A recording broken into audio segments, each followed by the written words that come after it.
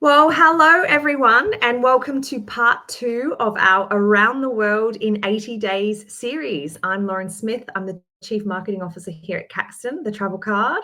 And in true blue Aussie, I'm a true blue Aussie born and bred. So that's why I'm here today, because Rupert is off on a little bit of a travel adventure himself this week. And I'm absolutely delighted to be stepping in. Hello, George. Hello, Welcome to the Lauren. Great. stage. Hello, how are you? Very good. Thank you. Thanks for joining us again. So, everyone who's with us, if you joined us last week, you'll remember our guest, George Jerjian. He is a retirement rebel, author, creator of the DARE method. And George was once given 6 months to live, but instead of slowing down, he chose to completely reimagine his life and now helps others do the same, turning retirement into a time of purpose, passion, and adventure. So, last week, George took us through South Africa, the starting point of his boyhood dream to go around the world in 80 days. We heard how he packed just one brand new Briggs & Riley suitcase, a symbolic a bit, I guess, of getting rid of the old, but a powerful reminder that retirement isn't just about where you go, but what you bring with you. So today we're picking up the journey in Australia. George, welcome again. How is it reliving your journey? I'm loving it. I'm actually reliving it on a daily basis, not just because of interviews that I do, but also because I've got a book coming out on the 8th of July. So yeah, it's wonderful to relive this. And I'm kind of thinking that when I was doing this, that I want to remember this when I've got Alzheimer's in my old age sometime. George, I think, how old are you now, if you can say? I think you're in I the am. clear, aren't you? I am 70, a young 70, 70. a very young 70. Full of life, I would say. Plenty to go, and hopefully another one of these trips on the journey. Right, so George, we're starting in Australia. Let's start with the obvious. How did Australia get on this very exclusive list of 5 countries? Well, good question. I initially was looking at doing Phileas Fogg's journey, but that would have taken me through the Suez Canal and Houthi land. And I thought, no, that's not where I'm going. So I thought, I'm going to do my own journey the way I would have done it if I had been Jules Verne today. And so I decided I'd take a step in a country, one on each continent, and that way circumnavigate the world. And it's kind of like you can't really miss out on Australia when you've got that sort of dynamic. And so Australia had to be part of the journey. And there were other reasons as well. And one of them was not only did I want to see Australia and the Great Barrier Reef, but also in the back of my mind, there was this thing of, could I possibly live there? Let me have a look. Interesting. Very good. Very good. Well, let's have a little look at the itinerary. So you spent 2 weeks there, and we only got to see a few places. So it must have been very hard to choose where to go in just 2 weeks. And tell us a little bit about how you selected the places that you were going to go. Yeah, that's actually a hugely important question because it's something that I hadn't realized. I mean, it's so obvious, but you don't realize it. Is when I was speaking to the country expert at my travel agent, he said to me 2 weeks is not enough time to see everything in Australia or anywhere else for that matter. So he said, George, you've got to select what you really, really want to do. So he said, pull it all out and let's go through it. So it was a process of elimination. Sadly, I had to eliminate Tasmania. I had to eliminate Perth. I had to eliminate Uluru, formerly known as Alice Springs. I had to eliminate other things that I wanted because I had to focus on the priority, which was Sydney, Melbourne, and above all, the Great Barrier Reef. One of the places, one of the magical things on the planet. I didn't want to miss that one. Amazing. And so you started in Sydney. Let's deal with some practicalities because you've gone from South Africa over to Sydney. How did you get there? I assume you flew. How long was it? Who did you fly with? I just finished off my safari and the nearest destination was Johannesburg. So I took a flight from Johannesburg to Sydney on Qantas, 12-hour flight. And amazing in the southern hemisphere. It was like mine was a north-south from London to Cape Town, then Johannesburg across to Sydney. And you're dealing with the same sort of weather because you're in the southern hemisphere, so Exactly. you didn't have to change and too much to also pack. exactly, and also, Lauren, it was I was part of that round the world trip, which I told you about Oh yes, last week. The round the the world trip. airline ticket. Yes, Yeah, so specifically. I was sort Yeah. of British Airways, Qantas, Japan Airlines, that family of Oh, airlines. Yeah. amazing. I will have to get all of the details of that round the world trip because Rupert was very interested in it. We'll get it on a blog on the Caxton site. Let's hear about Sydney. What were the highlights?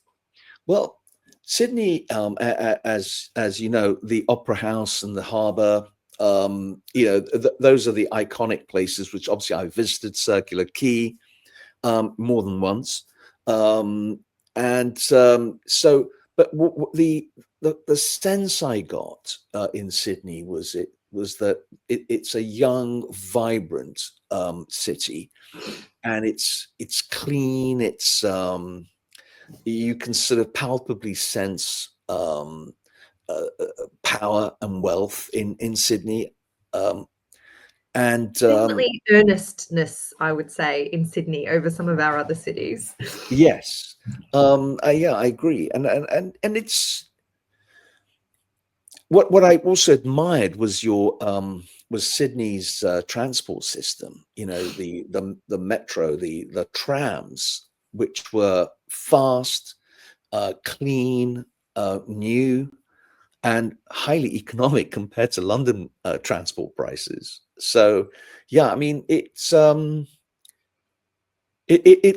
city and a country that's young and has a bright future. That's the sense I sort of had when I was in Sydney.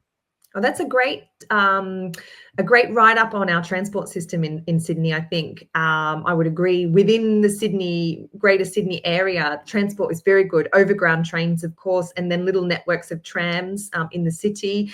But then perhaps a little more difficult to travel intercity in Australia via anything other than a plane or a car. Cars are obviously very common. It looks like you've got an amazing view here of one side of the harbour. In this video. Yes. I'm trying to see actually. Yes, that was I had breakfast with a friend who took me to the sort of the top floor of this hotel in Sydney, and I was able to capture a panorama of Sydney. And it's magnificent because you've got a cluster of these tall skyscrapers in the business district, and then you've got the rest of the sprawl of Sydney. So it was a wonderful way to see it. I must say, one of the iconic things about Sydney, as well as the Opera House, is the waterways, and you see a good view up here of the waterways and how they spread and create these little exclusive enclaves of waterside sort of city. And I know when I fly away and I come home, seeing that over the plane is always sort of makes your heart sort of sing a little bit. Now, this looks like a trip outside of Sydney. Tell us about that. Yes. I like my wines, and I wanted to test Australia's wines. So I went to the Hunter Valley, which is, I believe, just outside, but it's actually not that close. It's a 3-hour drive, almost a 3-hour drive. Goodness, right. Out of Sydney. But, that's where the wineries are. And there's quite a few of them. I only managed to see, I think, about 4. And I kind of wanted to say one of them was Hanging Tree wineries, which was I think it's not just the wine and it's not just the food, it's also the people. And when you've got a wonderful individual sharing the business and what they do and their comic, I mean, for example, at Hanging Tree, I learned that they make prosecco, but they can't call it prosecco for trademark reasons. So in typical Italy won't allow it. style, they get creative and they call it prosecco or Secco, and I just marveled at that. I mean, that's imagination. And does it have to be like the original prosecco? Not really. But if it's got a comic twist to it and it tastes good, I'm game. Well, So Prosecco Roux sounds better than Brut to me, so sounds delicious. yes, it did, and it was. I enjoyed it. Also went to a place called Sadler's Creek Winery and ended up in another one, which was also called Cypress Lakes Golf Club. So it was a winery and a golf club. It was an interesting combination. So that was really interesting. Then we ended up in a cheese factory where we tasted cheese with wine, which was also wonderful. Yeah, so that was the wine Amazing. areas in Sydney.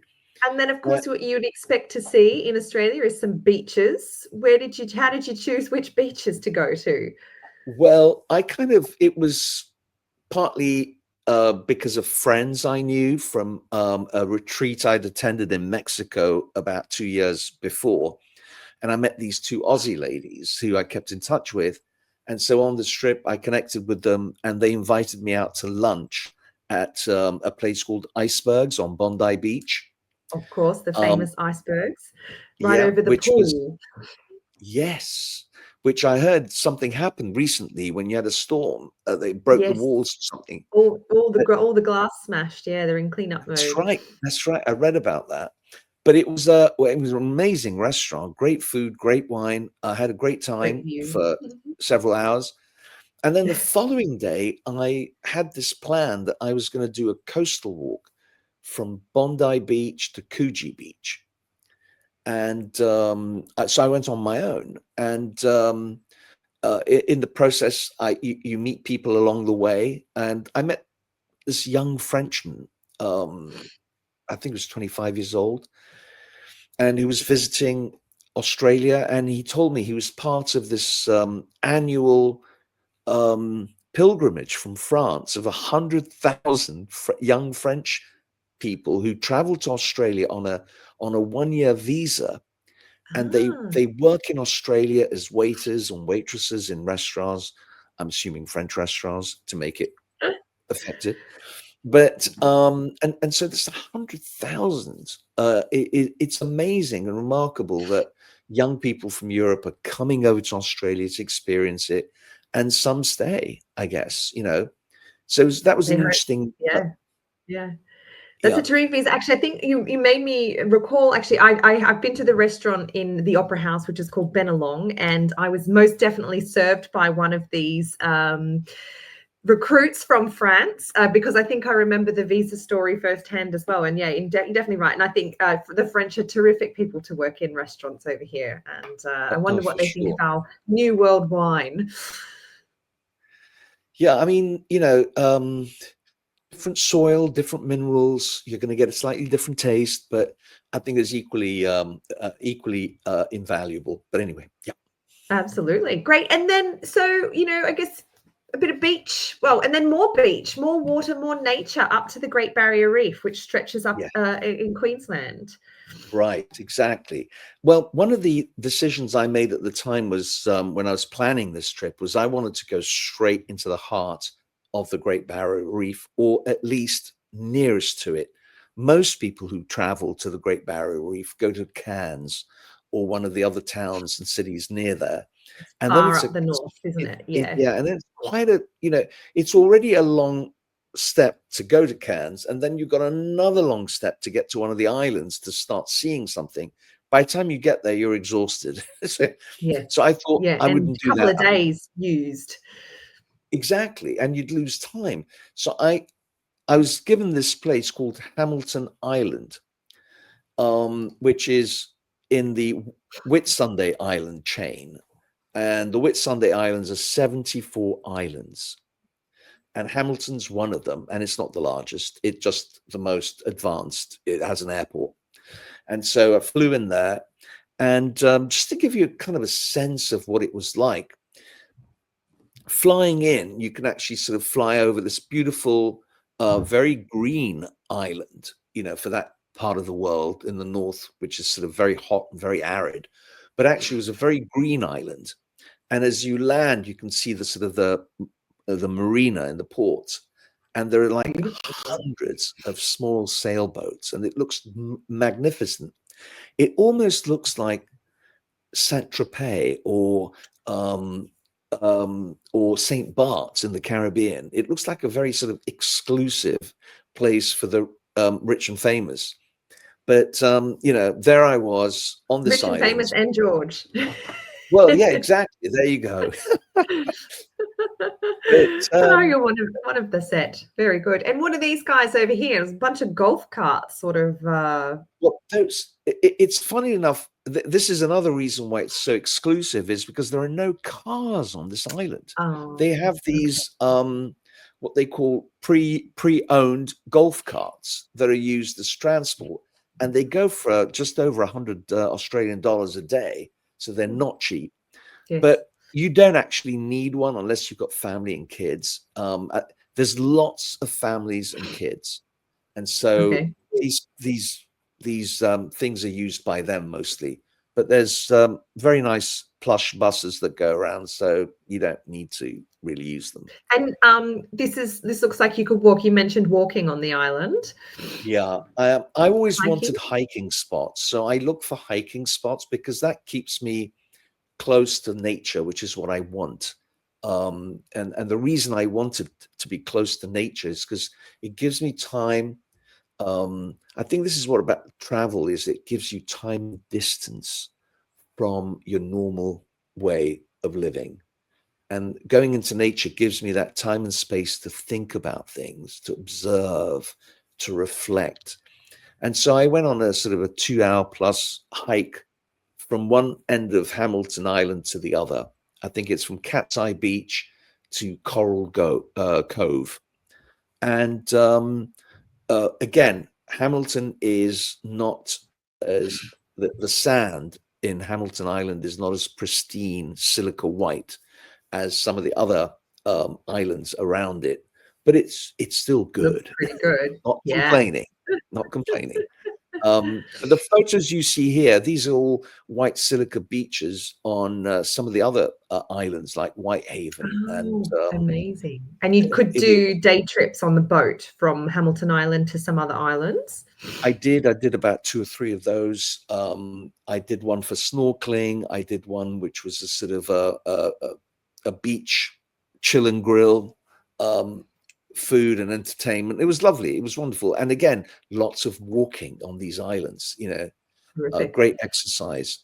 Although this Wonderful looks beach. like some good relaxing rather than walking. Bit of a Yeah. boat tour here.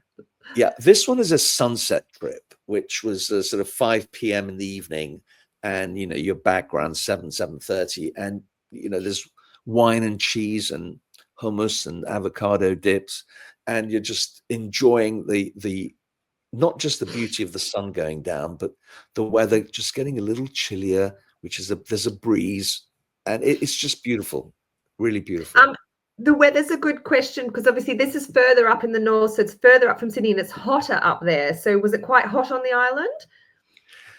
It was, but it wasn't unbearable. You know, it's not Yeah. unbearable heat, because I think there's breeze, and so it's more bearable. For example, I went on a very early morning walk at 7 o'clock. By 9 o'clock, when I'm sort of starting my way back, you start to feel the heat, and that's at 9 a.m. Yeah. So That's it early is hot. still. Yeah. And Yeah. I got back totally drenched in Right. sweat, but it's not unbearable heat, is what I'm saying. It's a big difference. You know, it can be hot, but it's not unbearable. I suspect if you go inland, then it's very possibly unbearable. And so you got to do some snorkeling. Did you get to go snorkel into the Great Barrier Reef? No, it's still on the borderlines. You're not actually allowed to go snorkeling. Humans are not allowed to go there because once humans touch anything, you know what happens. Yeah. So humans aren't allowed to go in, but there are on the periphery, there are some islands that you can go to nearby where you can do snorkeling. And that's kind of what I did. What I discovered was that you can actually, the best way to see the Great Barrier Reef is to take a flight over it. Okay. And if I had arranged that earlier on, it would have cost me about 300 Australian dollars to do that, which would have been wonderful. But I was so late in the day to book it the prices were an astronomical sort of I think it was Right. $1,500, which I Right. So thought that's a at top last tip to pre-book a flight over the Great pre-book, Barrier Reef. yeah. But I Presumably would you can say see different reef shelves and things. flying over apparently gives you the best view of the barrier reef in its Of the expanse of it. majestic Yeah. beauty. Yeah. So Yeah. Yeah. definitely I would pre-book way in advance to get that done. Okay. Good. I think I'm going to have to do that. So, from Hamilton Island in the Whitsundays and the Great Barrier Reef, you flew direct to Melbourne? I did. I flew, well, actually, it wasn't direct. There was a layover in Oh, Sydney. There's no direct okay. flight to Melbourne, but it was fine. It was seamless enough. Ended up arriving late at night, and that was the next day. It's a new day. Melbourne is. I love the competition between Melbourne and Sydney, I'm in and Sydney, just so everybody knows. they they're like two brothers or two sisters. They just Absolutely. hack away at each other, but in a good way. Um, from my perspective as an outsider, Sydney is about cleanliness, power, um, strength, finance. Melbourne is kind of the opposite. It's a more rundown town. They're not into keeping everything clean. In fact, they show it plainly in the colors, the wall sprays and colors, that the artwork in the Oh, the walls and things. street art. Yes, it's very The famous, the street art, street that's art. it, the Yeah. street art. Yeah. And some of the street art is very creative, and they've got these artists who have a following. So it's not a negative thing, it's just different. It's more bohemian. I like to compare Sydney and Melbourne to Toronto and Montreal. Toronto is the more business and power city, whereas Montreal is the bohemian, arty, Go foodie your own place. way. Yeah. Yeah, so Lovely. very similar in that kind of dynamic. But And you visited many places by the look of it. You got quite around the city. I did. I went on Lanes and Arcades tour, which was fantastic. There's over 1,000 lanes in Melbourne, and these are places where there are shops, restaurants, cafes. There's a lot of vibrancy in that, and then they have arcades like the one you see on the second photo there, where they've got mosaic floors. It's very upmarket shops, and elegance that goes back to the 1800s when the wealthy used to shop in these arcades. So there's a sense of Europeanness in that. The other thing about Melbourne, which I thoroughly enjoyed, apart from the museums and the library that you see on the left there, which is a really unique library that I've come across. Looks The amazing. ground I've never floors, you been can there. see the desks, and and you can see everything from all the other floors as you go up. So it's very unique, and I loved it. The photograph on the third photograph, one of the things I found in Melbourne is they had a international comedy festival with things going on in about 50 locations. They have a booklet out for you to attend these. It And is I only went huge. to, If you are a comedian, that is the festival. It's like our Edinburgh Fringe Festival, I think. It's the biggest one in all of Australia. it is absolutely remarkable. 50 locations, pubs, restaurants, libraries, places where they've got, it was all over the place. I went to a pub, I think it was called the Elephant and Wheelbarrow, and they had a British, it was kind of a British theme, keep calm, and they had about 3, 4 people come up, and it was hysterically funny, way too obscene. I got picked on as a pom, but I had great fun. Don't get me wrong, I had great fun, and it was really, really enjoyable. and you get a sense of the Aussie humor there. And then I went for an Indian curry meal in the evening, so that really rounded it up very nicely for me. Amazing. And you accidentally dropped into this exhibition. We were chatting about this earlier, this identity exhibition at the Museum of Immigration. Yeah. So here's this thing about this trip. There were things that were organized for me to go to, and things sometimes I wasn't able to manage, so I didn't beat myself up. It was not about ticking boxes. I was supposed to go to another museum in Melbourne, and it wasn't open for another hour. And I thought, oh, drat. So I thought I'll go to the Museum of Immigration. So I hadn't planned to go there. I ended up there, and serendipity, things happen that you don't expect. It was a great way of learning about Australia's history, its white Potted policy. history. Sorry? It's potted history, I think, as well. Well, yeah, but it's an interesting development of, English-speaking peoples up to the end of the Second World War. And then after the end of the Second World War, Britain couldn't provide any more sons to Australia. So Australia had to open its borders to European people of European descent. It was populate or perish. I think that was the motto at the time. So Italians and Greeks came, and you could see that happening in Sydney with Greeks and Italian people of Greek and Italian descent, and their work and food.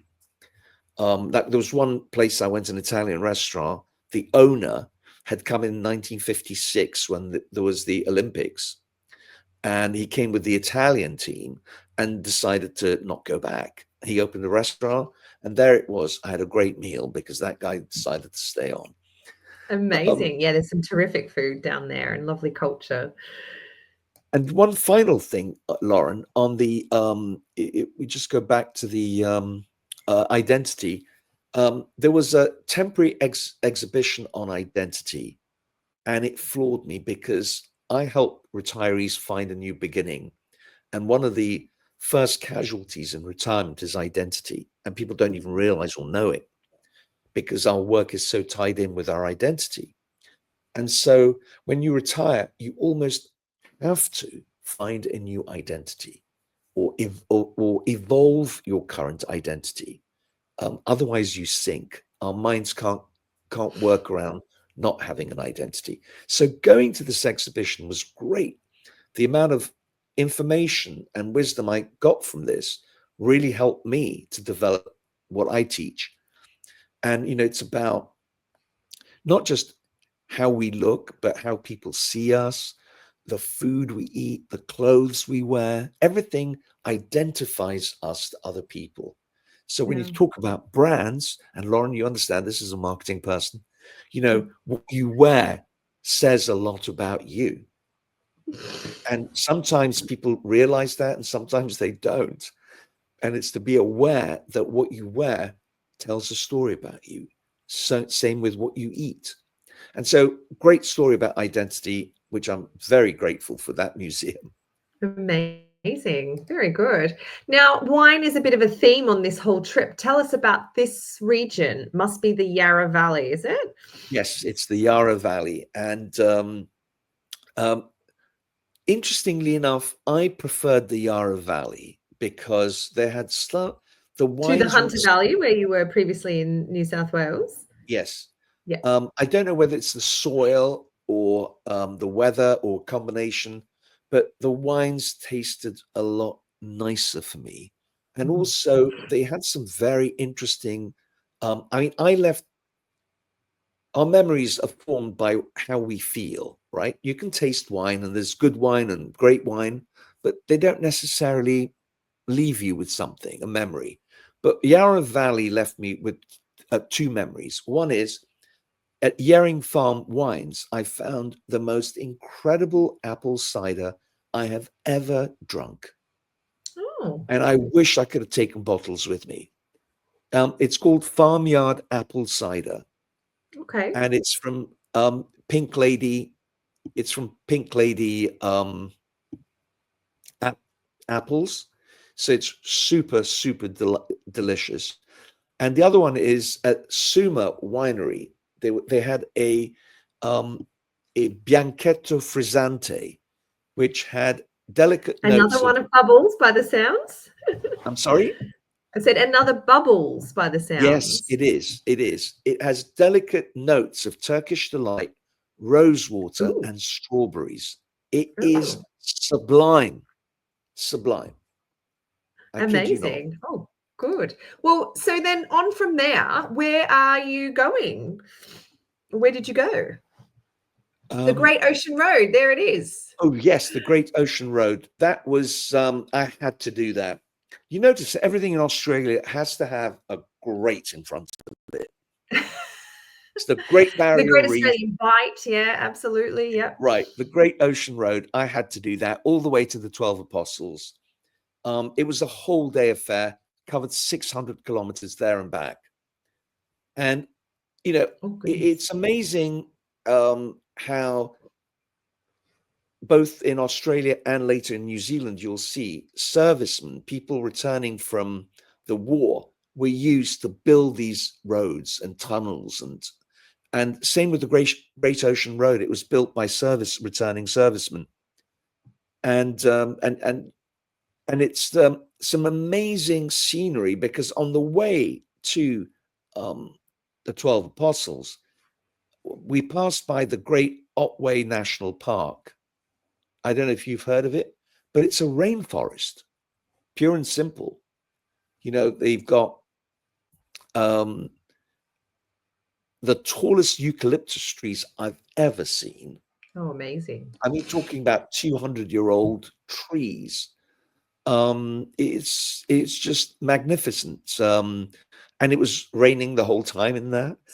It's bizarre. So the Great Ocean Road, it's 600 kilometers out and back to the Apostles, which are those rocks that we saw. And there Right. was lots of these places that you could stop. I mean, it just looks like you've had an amazing number of stops to enjoy nature Yes.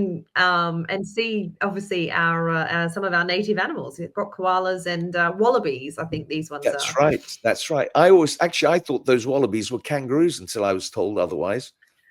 But because they're very Well, I similar. mean, there could be an eastern grey kangaroo. It would depend on the size, but if they're a little bit smaller, they're a wallaby. Yeah, the kangaroos can be red, but yeah, generally it's the size. If they're bigger than you, definitely a kangaroo. Oh, really? That they're bigger than you, right? That's good They to can know. be. Amazing. So, tell us before we talk about how you sort of went on there. Was there any way you obviously spoke about some of the places that you didn't get to go to? So, is there somewhere that's still on your list? Well, in Australia, there was a couple of things. I mentioned earlier on, Uluru was a place I wanted to go to, but couldn't because of the time. Tasmania was another place I wanted to visit. And lastly, and this is just kind of me being crazy, I wanted to do one of the two iconic long distance train journeys in Australia. Either the GAN, which goes from Darwin to Adelaide, north to south, or the Indian Pacific, which goes from west to east, from Perth to Sydney. That would have been an amazing idea. But I They mean, are long train journeys, though, aren't they? Like something like a week or something? Is that right? probably longer. Right. But you're traversing a continent. Of So, course. yeah, but I mean, that would have been an experience, is what I'm saying. Oh. George, I've got a question from the audience here because we've been talking about these animals. Did you see any dangerous animals in Australia? Do you know, everybody tells me that, I should have been really scared of dangerous animals, scorpions, spiders, you name it. But frankly, Snakes. I have a feeling I didn't notice them. They may have been there. I just didn't notice them. I didn't see anything dangerous other than jellyfish. Which they But can be quite dangerous.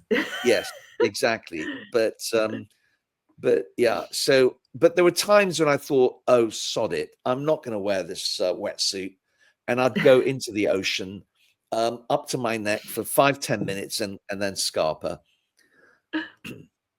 And another question, a really good one, actually, because we've been talking about the amount of time you could dedicate. And that was, is it worth a short trip to Australia? Because, of course, you could fill a year and still not see anything. And you had 2 weeks. Is it worth 2 weeks? God. Oh, yes, absolutely. I think, I think you have to go with your budget, obviously, and your budget is going to dictate where you can go and what you can do. But you don't need to explore a country for 6 months. Most Australians probably haven't been around their own country, realistically. No, So, I certainly haven't. Yeah. So, going for 2 weeks to see a place, okay, you're not going to see everything, but you're going to see a reasonably good amount. And that's an experience in itself. So the 2 weeks I had in Australia, I wouldn't change for anything. Amazing. How incredible. Very, very good. So, of course, you traveled with your Caxton card, which is terrific. It's a free card. And I take it just worked everywhere. Caxton actually saved my whole journey. It's the only card I used. I don't actually believe I took my Barclay card Visa, and I took an American Wells Fargo card just in case as a backup. Never used them once. I used my Caxton card because it's a debit card. I put the money in, and then I finished South Africa. Any South African rands I had, I moved it on to Australian dollars. You and can that's switch how your I balances, compressed. of course. Yes, and you can preload these currencies. It was seamless. And I got to be honest with you, it made my whole journey really enjoyable because I don't have to worry about anything. Well, that is terrific to hear. Now, And George, one other thing, it's yes. highly intuitive. I have a Revolut card which I don't use because it's not frictionless. It's difficult to navigate, whereas the Caxton card was seamless, intuitive. Well, that's terrific to hear. Well done to the team at Caxton.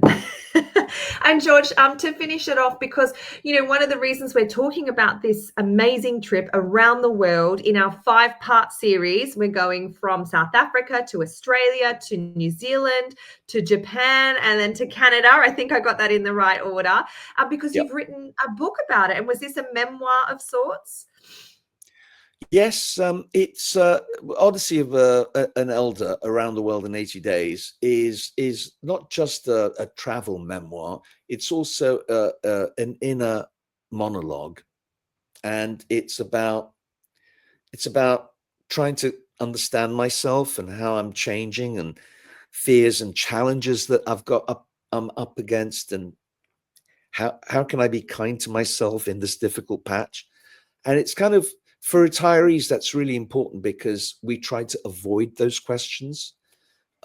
We try to be strong, and therefore we don't engage with our fears, which really are what we need to do to open up. So it's and I use a psychologist's questions. The psychologist will ask you. I use that as part of my, and also if I've been on Instagram and I come across a nice Q&A, I would use that as a trigger, and that's in the book. So you're coming on a journey with me, not just an outer journey, but an inner journey. And the book is out on the 8th of July on Amazon. And I think we've got some details. We're going to post it in the Facebook event. We're going to send it out via email. You can pre-order the book, and you've also got some free gifts for anyone who pre-orders, as well as a discount. Yes, we've got the I have a course called A New Beginning for Retirees, which normally goes for $29, £22, which I'm now giving free for the month of May, while I'm on this Caxton interview, to anyone who wants to listen to it. It's a 1-hour video and audio plus 3 exercises, and it gives you a flavor of what you're sort of going to be looking at in changing things for yourself for that inner journey. And then you have 2 other options. You can do the pre-recorded course at $297, or you can do a live one with me for just under $3,000, but I'll be giving a special rate for Caxton people. And that starts in June and July. But we'll talk about that towards the end of the series. Amazing. Well, that's terrific. We'll send all those details. But next week, Rupert will be back and you'll be taking us to New Zealand. So thank you very much for joining us today, George. Thanks, everyone who's been playing along and listening along at home. We're off to New Zealand next week, and I certainly hope you can join us. So hopefully we'll see you then. Bye-bye. Bye-bye. Thank you.